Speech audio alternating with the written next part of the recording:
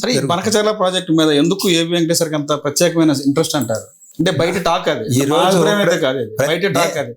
నేను భారతీయుడిని, ఆంధ్రప్రదేశ్ పౌరుడిని, బాధ్యత కలిగిన పౌరుడిని, నాలాగే ఏబి వెంకటేశ్వరరావు గారు పౌరుడు. నేను ఉత్తరాంధ్ర ప్రాజెక్టుల నుంచి రాయలసీమ ప్రాజెక్టుల వరకు, కోస్తా ఆంధ్ర స్థిరీకరణకు సంబంధించినటువంటి సమస్యల వరకు, కృష్ణా డెల్టా ఆధునీకరణ పనులు ఎందుకు పూర్తి కాలేదని అడిగేంత వరకు నేను అడుగుతున్నా. నేను రాయలసీమ వాడిని, నేను రాయలసీమ వాసినే. రాయలసీమ కృష్ణానదులకు జల పోరాటం చేసిన వాడిని. కానీ నేను ఎందుకు ఉత్తరాంధ్ర కోసం చేస్తున్నా? ఎందుకు కోస్తా ఆంధ్ర ప్రాజెక్టుల గురించి, ఇతర సమస్యల గురించి మాట్లాడుతున్నా? ఎందుకు అమరావతి రాజధాని ఉండాలని చెప్పి దెబ్బలాడి పోరాటంలో అగ్రభాగాన్ని నిలబడ్డా? ఏ గ్రామానికి వెళ్ళినా భూములు ఇచ్చిన 29 గ్రామాల్లో నన్ను గుర్తుపడతారు, ఆదరిస్తారు. మహిళలే ఆప్యాయంగా ఆహ్వానిస్తారు. ముందున్నాను నేను.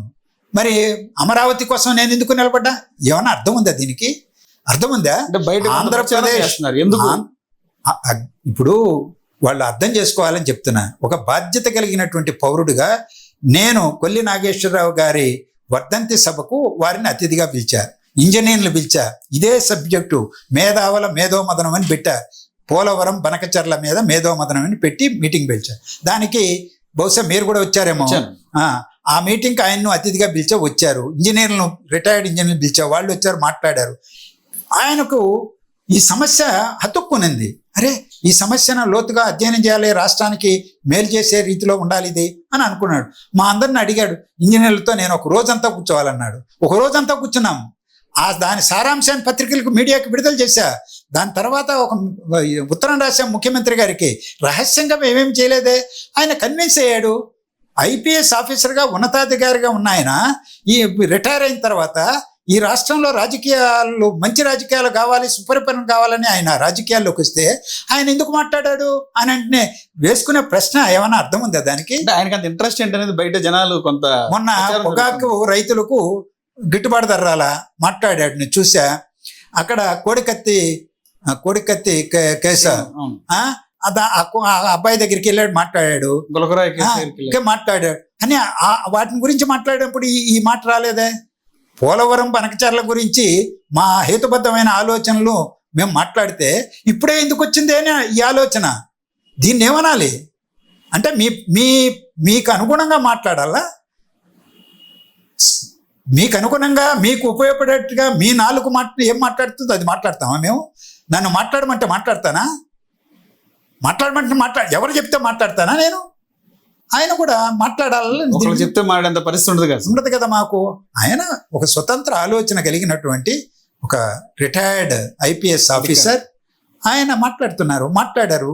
దాంట్లో తప్పుంటే చెప్పండి, లేదా మీరు బహిరంగంగా నిన్న ప్రెస్ కాన్ఫరెన్స్లో నేను అడిగా, చర్చా వేదిక విజయవాడ ప్రెస్ క్లబ్లో పెట్టండి, మీరే పెట్టండి, మీడియాని పిలవండి, ఇతరులను పిలవండి, ఎవరిని కావాలంటే పిలుచుకోండి, మేము అటెండ్ అవుతాం, మాట్లాడతాం, చర్చకు రండి. మరి ఈ మాట్లాడిన వాళ్ళు చర్చకు వస్తే సంతోషిస్తాను నేను. సరే, బనకచర్ల ప్రాజెక్టు మీద ఏమన్నా భవిష్యత్తులో సీఎం గారిని కలిసే అవకాశం ఉందని మీ టీం? నేను 6 మంది పేర్లు రాసి, వడ్డే శోభనాధీశ్వరరావు గారు, కేశవరావు గారు, అక్కినేని భవానీ ప్రసాద్ గారు, నేను, కేవీ ప్రసాద్, మేము 6 మంది వస్తాము వీటి మీద మాట్లాడడానికి. ఒకసారి కృష్ణానది జలాలు, ప్రాజెక్టులు, ఈ సమస్యల పైన ఒకసారి రాసాం. ఇంటర్వ్యూ అడిగాం, రాలా, స్పందన లేదు. అక్నాలెడ్జ్మెంట్ ఉంది అంటే చేరింది.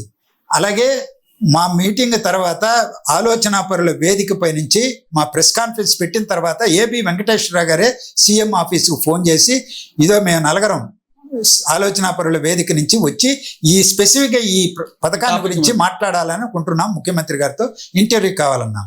No response. మరి ఈ పూర్వ రంగంలో మళ్ళా మేము పదే అడిగి మేము మా స్థాయిని మేము తగ్గించుకోదలుచుకోలేదు. పిలిస్తే మీరు నిమ్మల రామానాయుడు గారు, మేమే వెళ్ళాం, ఆయన రమ్మన్నాడు, వెళ్ళాం. సిపిఐ రామకృష్ణ గారు ఉన్నారు, అక్కినేని భవానీ ప్రసాద్ గారు, నేను గంటకు పైన నిమ్మల రామానాయుడు గారితో నీటి సమస్యలు, అన్ని ప్రాజెక్టులు, ఈ పథకం అన్నీ కూడా మాట్లాడాం. గవర్నమెంట్కి చేరినట్టే కదా. అలాగే ప్రిన్సిపల్ సెక్రటరీ దగ్గరికి, లేకపోతే ఆయన దగ్గరికి వెళ్ళాలనుకున్నాం. నేను మెసేజ్ పెట్టా, రెస్పాన్స్ లేదు. ఈఎన్సి వెంకటేశ్వరరావు గారు అంటామా, నిమ్మల రామానాయుడు గారితో మంత్రి గారితో మాట్లాడి పక్కనే ఉన్నారు ఆయన, ఇతర అధికారులు ఉన్నారు, నాకు ఎవరో తెలియదు వాళ్ళు.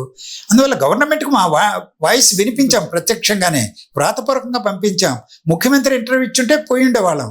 ఇప్పటికైనా ఆయన ఎప్పుడన్నా పిలిస్తే వారినిచ్చి, మాది అక్కడ పెండింగే ఉంది కదా, వాళ్ళు ఎప్పుడు పిలిస్తే అప్పుడు వస్తుంది వెళ్ళడానికి. మేమేమి భేషజాలు మాకేం లేవు, వెళ్తాం, మాట్లాడతాం. మమ్మల్ని వాళ్ళు దూషించారని మేమేమి గమ్మనుండం, బయట గమ్మనుండం, పోయి మాట్లాడడానికి. ప్రభుత్వ పరంగా మీ మీద దోషం రాలేదు కదా, ఇది వేరే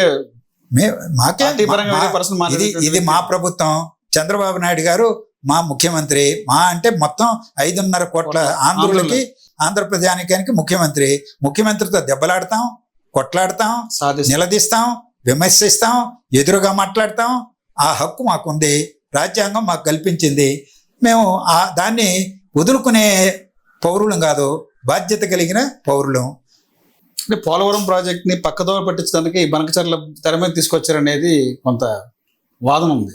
వాస్తవం ఏంటంటే పోలవరానికి దీనికి ఏం సంబంధం లేదు.